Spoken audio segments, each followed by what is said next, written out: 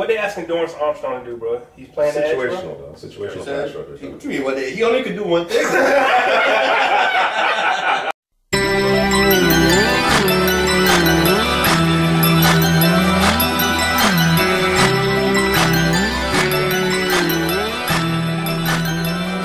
We back here.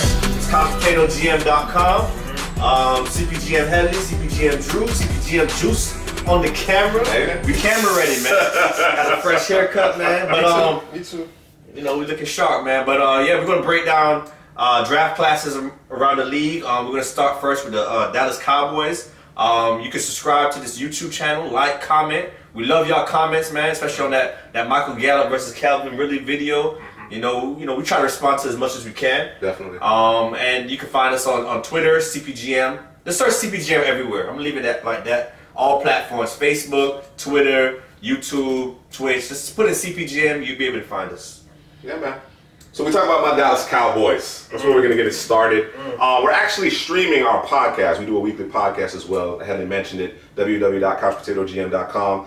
Dallas went into this draft. Obviously, the thought process was, we got to replace Dez Bryant. Got to replace Dez Bryant. A lot of people weren't happy with the first round selection of Leighton Vander Esch out of Boise State. What did you guys think about that particular pick?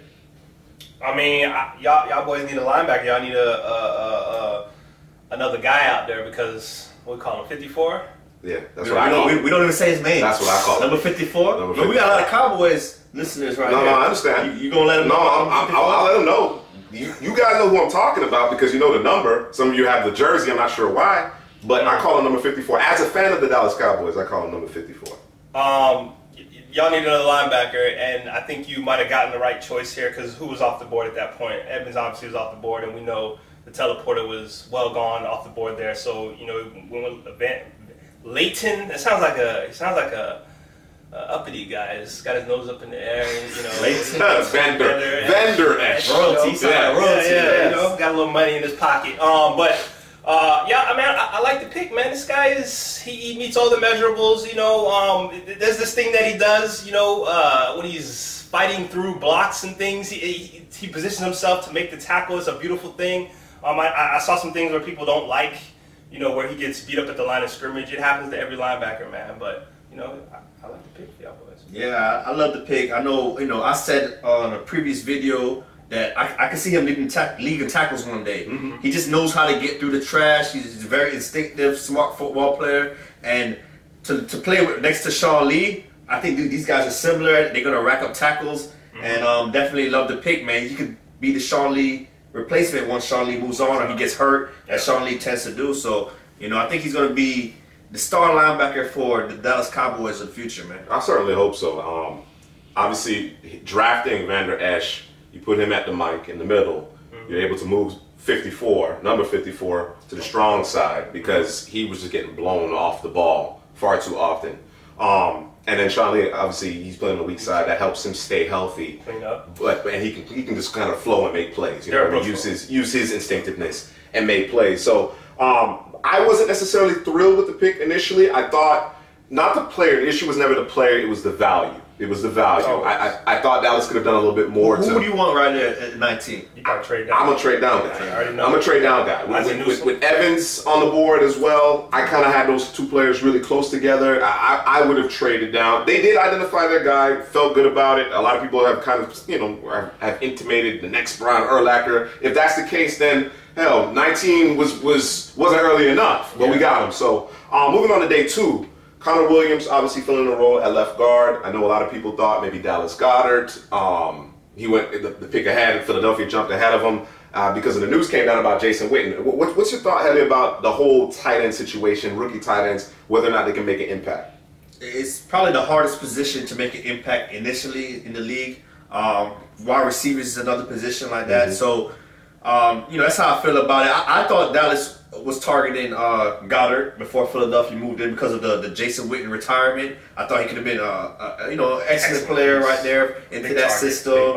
Give somebody that could get open quickly. Sure. But I'm not mad at that Connor Williams pick, man. When Dallas was at its best 2 years ago, and with DeMarco Murray, 2014. 2014 to 2016. Yeah. They ran the football. They had the best offensive line in football. They did. And they lost Leary. And they lost Doug Freed last season, and they took a little step back. You know, they still were a pretty good offensive line. As far as run blocking was concerned, they were good. Yeah. They were good. They weren't as dominant as they were previously. Exactly. And I think Connor Williams, if you watched his 2016 tape in Texas, he was a top 10 pick. You know, he dealt with some injuries and things like that, so he fell into the second round, and I think that was excellent value for the Dallas Cowboys. Put him next to Tyron Smith and Frederick and. It's a wrap. Run left. It's a wrap. Run left again. Run right. You can go back to the right. Yeah, Zach Martin over there. So Zeke and Elliott should be smiling right now, man. Stay out of trouble, Zeke, and you're gonna be running for 1,500 yards this year. Let's get to my favorite pick. My favorite pick. Gallup. My number one receiver. Drew's number one receiver. Let's go, man. Michael Gallup, man.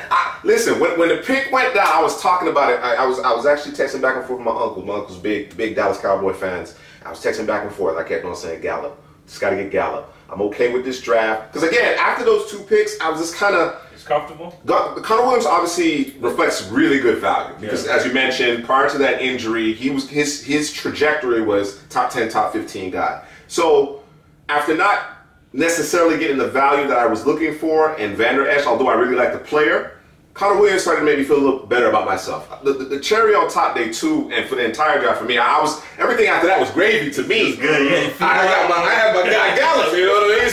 So Drew, tell me about Michael Gallup, man. Tell me about why Dallas got that pick right.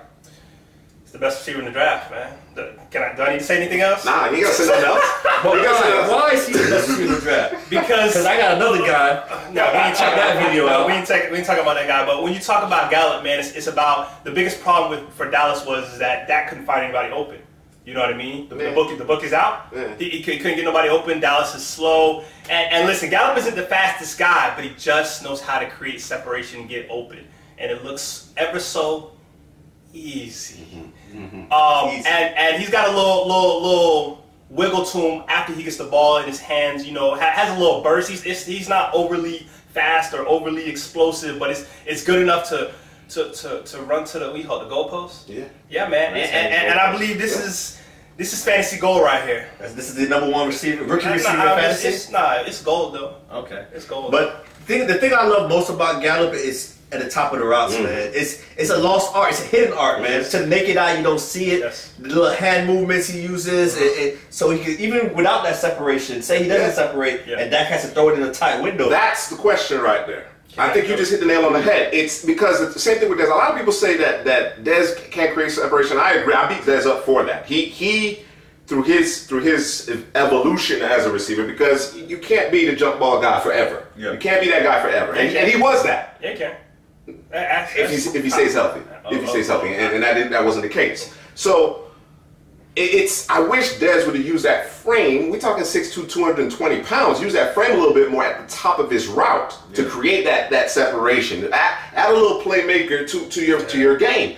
And to your point, Gallup has that. Now the question is, because it wasn't all on Dez, will Dak throw the ball when you're open by NFL standards, not college SEC standards, where there's huge windows? Will you throw the ball when a guy is open by NFL standards? And there's a lot of examples of Dak not getting the ball to Dez. I think that is Dak's weakness. Sometimes he's not willing to make those throws, those 50-50 balls. Like he likes to play it safe a little bit. But I don't even know if it's a 50-50 ball though. I think that there were plenty of times where the ball just did not come out on time. Now I know he got rattled because we couldn't protect. Tyron Smith got hurt. We couldn't protect. So maybe the confidence took a little bit of a hit. And I think with Dez, not to make an excuse for him, but I think this is a reality. You don't get Dez involved early. Dez loses concentration. That's where some of the drops started to come in. Because you look at the target numbers, they're too low. Those are too low for especially if you're paying a guy as much as you were paying him. You gotta at times force feed your number one at times. Definitely. So let me see. Can I talk about Dorrance Armstrong and real quick. From Kansas? He's a pass rushing specialist. That's what he does. That's it. That's it. He's not holding up against the run. Put him in there in the third and long and let him get after the passer, situational guy. You can never have too much of these guys. The Eagles has taught you that. You're right. And, Dalton Schultz, they finally get their tight end in the fourth round. I think he was the best blocking tight end in the class, so he could definitely do that. He has room to grow as a receiver. Sure. But the Cowboys have other, Rico Gathers. Yeah. Who's the other guy you guys have? I haven't got hurt. Swain. Yeah. So you guys, it's a committee. The committee of tight ends right there. Mike White, they drafted a backup quarterback. He played well during the Senior Bowl. Former USF transfer. Everybody kind of puts up numbers in that Western Kentucky offense, so you got to kind of be a little leery of that. But I think what Dallas was doing there is that they're stepping into the new century in terms of drafting the developmental quarterback, seeing if it sticks. Yeah. You're supposed to do that every one or 2 years. I think they're starting to dabble with that a little bit. 6th round, man. The guy we love, man. Yeah, Cedric Wilson. We both love this guy. Tell me about Cedric Wilson. I don't know enough about him. He's explosive, man, and it's. Am I in my immediate future or short term? Are we looking at a Gallup, Cedric Wilson? Is that what we're looking at? That's what I'm thinking. That's the picture I see. Okay. You're gonna have a guy who can run routes with the best of them, and then you're gonna have a guy who, when he gets his hands on the ball, things are gonna happen. Is Cedric Wilson. Excellent deep ball catcher as well. Yeah, I agree. The explosiveness. I think he's a bit raw right now. He hasn't played receiver, for that long in his career, but I think the sky's the limit for this guy, man. I think I compared him to like an Emmanuel Sanders. I'll take it. I'll take it. That's an excellent compliment. Yeah. Some people, I see in the comments, some people think Cedric Wilson might be even better than Gallup.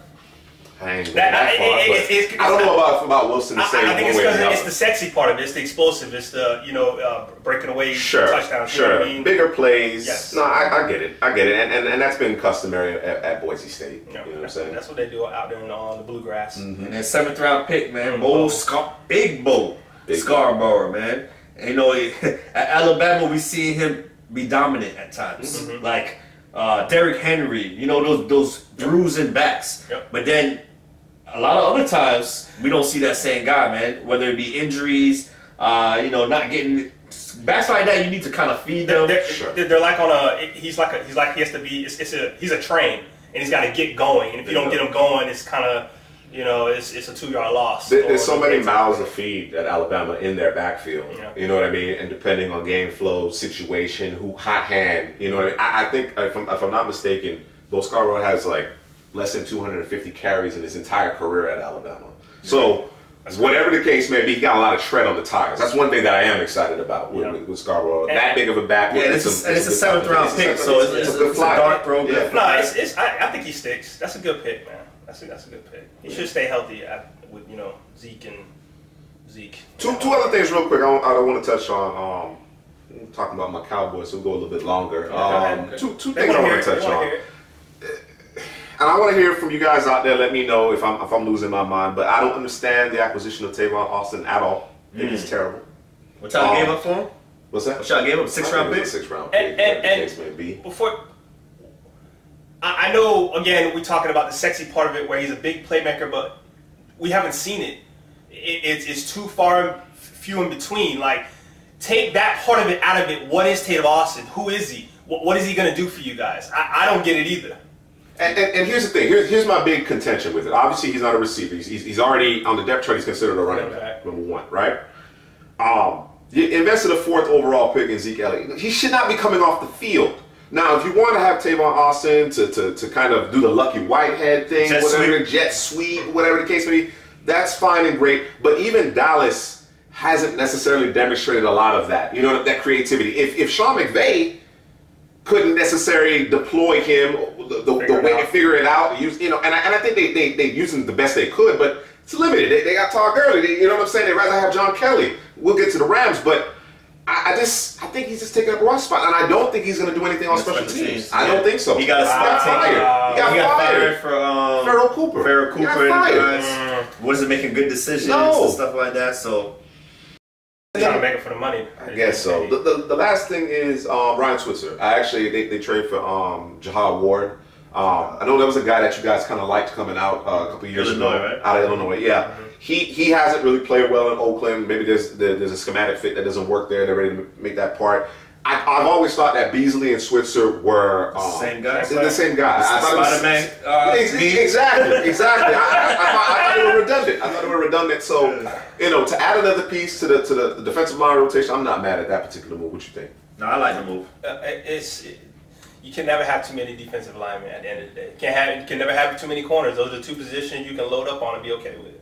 Man, so that's the Dallas Cowboys draft recap. Know a lot of Cowboys viewership, man. Thanks for subscribing to the channel. Thanks for commenting, man. Let's have these debates, man. So, I don't want to interrupt you, but I'm going to interrupt you.